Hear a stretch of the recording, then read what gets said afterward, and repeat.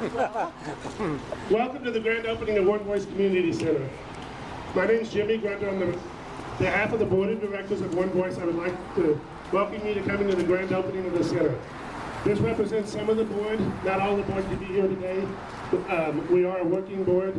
That means we also work at other jobs. One Voice Community Center began with a single letter to the editor of a local publication that elicited an overwhelming support for the community. One Voice was founded in 2005 and incorporated as a 501c3 in the state of Arizona. In 2007, One Voice established its physical office in a small office right down in Melrose Shopping Center with the space that was donated for Pride for the first year.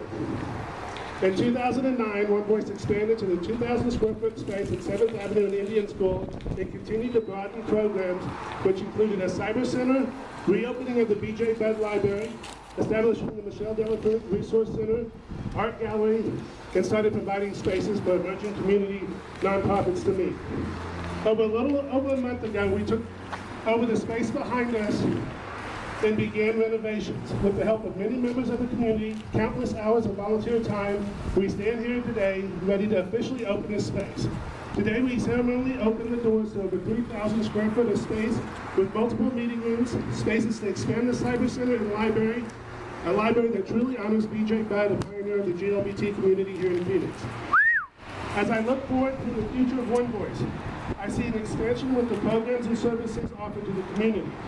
This will take the form of expanding our support programs that already include a bipolar support group, coming out support, older men's support, a substance abuse support, to include new programs for the trans community, groups for young gay adults coping with coming out or just dealing with everyday issues. We hope to expand the cyber center to include more computers and state-of-the-art equipment by the first of the year. Plans are being developed to expand the B.J. Budd Library to include the archive with a video history of the GLBT community in Phoenix. If you do not know your history, you don't know where you have come from or where you're going. We will continue to develop partnerships with local nonprofits, with the GLBT and allied businesses.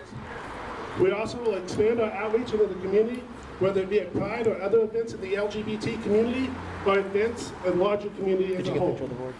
As I look out with the people gathered here today, I see both old and new friends, not only of One Voice, but the GLBT community. Unfortunately, one of those faces that could not make it here today due to illness is the Honorable Phil Gordon, Mayor of the City of Phoenix.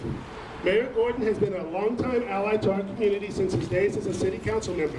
He has stood up and fought for GLBT rights, whether it was fighting to help establish the domestic partner registry here in Phoenix, speaking out against both Props 107 and 102, which define marriage as between one man and one woman, speaking for the repeal of Don't Ask, Don't Tell, the list goes on and on.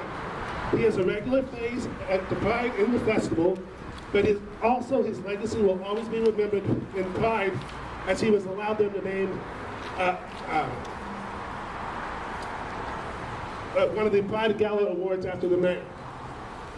As you well know, the mayor's term ends this year. I am confident to say no matter where he goes or what he does, he will be an ally to the GLBT community. Standing in the mayor's place today is his Chief of Staff, Bill Schill.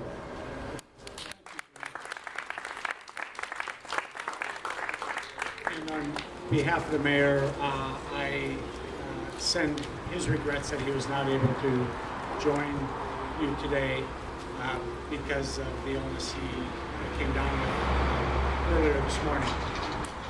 But as Jimmy said, his heart and his soul has always been with the LGBT community, and that will continue after he's left office. I know one of the things he would want to talk about is the fantastic location that you have for your new One Voice Center, a thriving commercial district that, as a councilman, he was very helpful in establishing 10 years ago, the Melrose District. And the way the diversity of the businesses here that has been driven to a large extent by members of the LGBT community has been fantastic, not only for the community, the LGBT community, but for the entire city of Phoenix. The way we, as a partnership, have been able to revitalize what was once really becoming a rundown part of town, and it couldn't have happened without individuals like yourselves, both as customers, as business people, and as residents of the surrounding neighborhoods. So the mayor thanks all of you for your help in bringing back these Central City neighborhoods and the money and the time that you all invested in homes and businesses in this part of town. So the mayor would say right now, take a round of applause for yourselves.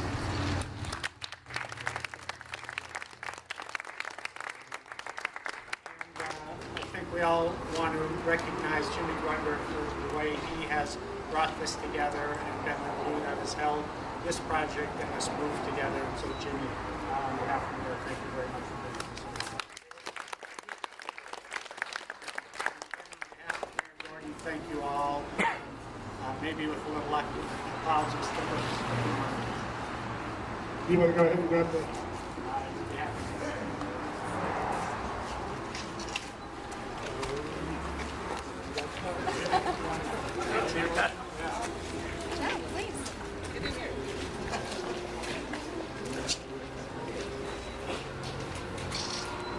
Ready? Yep.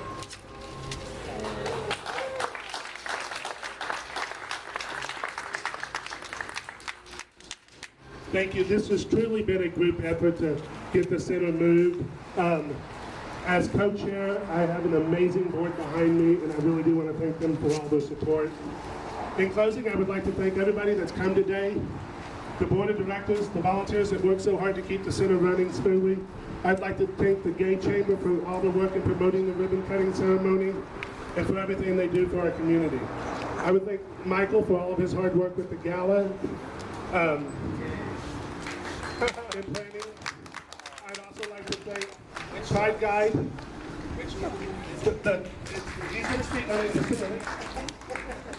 I would also like to thank Pride Guide, InTouch, Echo, Ion, Compete, and Desert Night News for all the community support.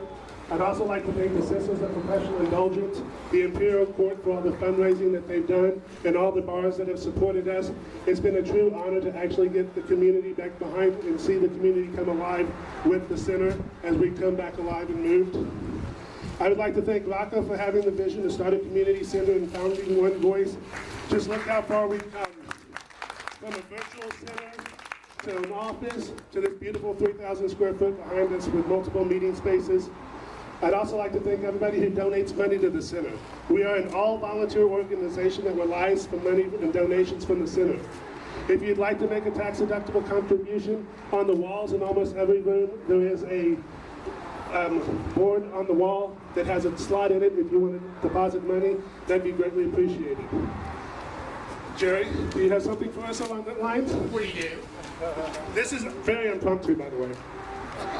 My name is Jerry Heitman. I'm the current Emperor, Emperor 6 of the Arizona Imperial Court.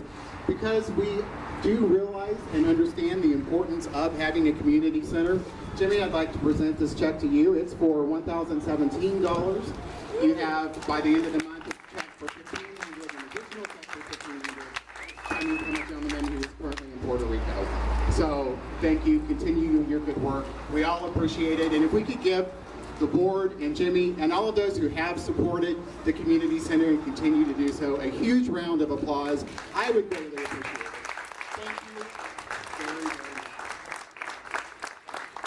very much. Lastly, I'd like to say that the future of One Voice starts today, and I'm proud to be a part of that future. Together, we will continue to thrive and expand One Voice Community Center. One of those ways that we're going to thrive and expand the community center is our gala that is going to be held, and Michael's going to come out and talk about that gala real quick. Thank you, everybody, for coming out. Hello, everyone. I realize that it's very hot right now and very humid, so I'm just going to take a minute of your time. Now that we're officially open, I'm here to talk about how we intend on staying open. A space devoted to meeting the needs of the LGBT community is an unparalleled resource. Through the community-based funding, the center retains the freedom to operate freely and evolve along with the community.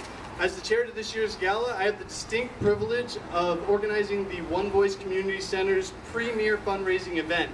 The heroic goals set for this year's benefit are scheduled to sustain the center for the first half of 2012. Reaching this level of success takes the participation of a great many people. Whether committing your time as a gala committee person, or donating your product or service for auction, or supporting this year's event with one of the various levels of sponsorship, the success relies on your participation. Having already committed to, so if you're interested in showcasing your product or service or company, please, feel free to speak with me. I'm very easy to talk to. Having already committed to the All That Glitters Gala, we are very proud to have here today the sales manager of our esteemed venue, the Embassy Suites North Hotel, Jerry Adelson.